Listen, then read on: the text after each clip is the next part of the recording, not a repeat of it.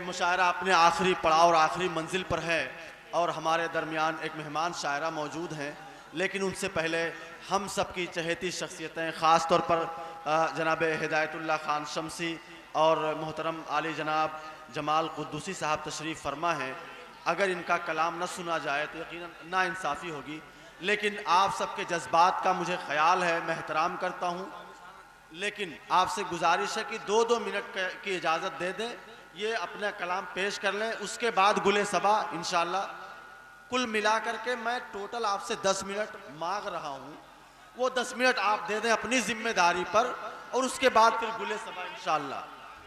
आपने मुकम्मल एक रात जो 4-5 घंटे तक बेदारी की है, चले हिदायतुल्लाह खान शमसी। अस्सलाम वालेकुम भाई, 2 मिनट मैंने आपके लिए महफिल सजाई है तो मुझे 2 मिनट का मौका दें कि ये जो ताकत का नशा पी के थिरकते हो बहुत, हाँ हाँ, ये जो ताकत का नशा पी के थिरकते हो बहुत, हम गजब से देख लें तो शौखियां उड़ जाएंगी। ये जो ताकत का नशा पी के थिरकते हो बहुत, हम गजब से देख लें तो शौखियां उड़ जाएंगी। क्या समझते हो कि हमको जेर कर ले जाओगे? क्या समझते हो कि हमको जेर कर ले जाओगे? हमसे उलझे तो तुम्हारी धज्जियां उड़ जाएंगी। क्या बात भाई, जिंदाबाद जिंदाबाद, बहुत खूब शमसी साहब।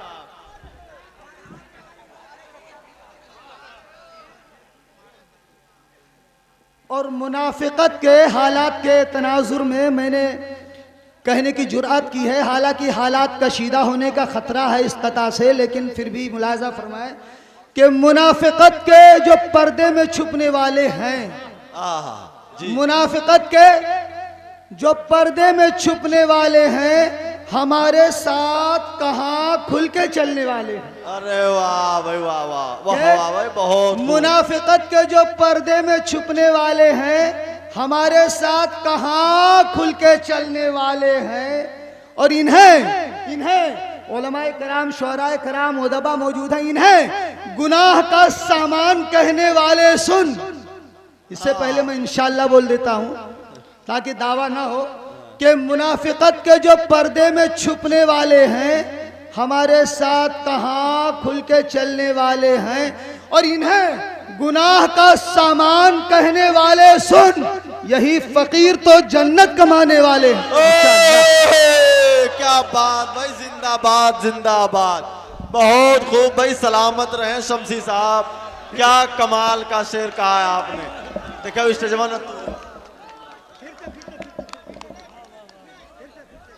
आपकी मोहब्बतों को सलाम। वैसे अपने इलाके में, अपने लोगों के बीच, अपने गांव में पढ़ना और सुनाना बहुत मुश्किल काम है, लेकिन आपकी मोहब्बतों और अदब नवाजी को सलाम पेश करता हूँ। हमारे मेहमान शोराए कराम हमारे असातिज़ा का दर्जा रखते हैं, मोहतरम सालिक बस्तवी, जमाल कुद्दूसी साहब, हमारे असद बस्तवी साहब, हमारे अबरक साजिदी साहब, हमारे काविश भाई ने तो माशाअल्लाह ये इंटरनेशनल शायर हैं, और मैं इन सब का तहे दिल से इस्तकबाल करते हुए मैं दोहराता हूँ कि मुनाफिकत के जो पर्दे में छुपने वाले हैं, हमारे साथ कहाँ खुल के चलने वाले हैं, और इन्हें गुनाह का सामान कहने वाले सुन, यही फ़कीर तो जन्नत कमाने वाले हैं। और अदावतों से नहीं काम काज चलता है, अदावतों से नहीं काम काज चलता है, मोहब्बतों से हमारा समाज चलता है। अदावतों से नहीं काम काज चलता है, मोहब्बतों से हमारा समाज चलता है। और किसी का काहे सुने, किसी का काहे सुने, हम किसी की क्यों माने। बिल्कुल सही भाई। किसी का काहे सुने, हम किसी की क्यों माने, यहाँ किसी का नहीं उसका राज चलता। और बहुत खूब, जिंदाबाद भाई, जिंदाबाद जिंदाबाद। अदावतों से नहीं काम काज चलता है, मोहब्बतों से हमारा समाज चलता है। और किसी की काहे सुने, हम किसी की क्यों माने, यहाँ किसी का नहीं उसका राज चलता है। और यार यार बस आखिरी के यार कुफ्र का फतवा भला क्यों लगाते हो, यार कुफ्र का फतवा क्यों भला लगाते हो, यार कुफ्र का फतवा क्यों भला लगाते हो। बुत को देख लेने से आज़री नहीं होते। अरे वाह भाई वाह, हजरत क्या इशारा है भाई, बहुत खूब। इस्लाम के वालिद आज़र थे। आज़र बुत बनाने का काम करते थे, वो काफर थे। अगर तो उनका खानदान आज़री कहलाएगा। तो समाज फरमाए कि यार कुफ्र का फतवा क्यों भला लगाते हो, बुत को देख लेने से आज़री नहीं होते। और बुत को देख लेने से आज़री नहीं होते। और जाहिरन वसीम साहब की नजर है कि जाहिरन न हो लेकिन दिल में तकवा लाजिम है।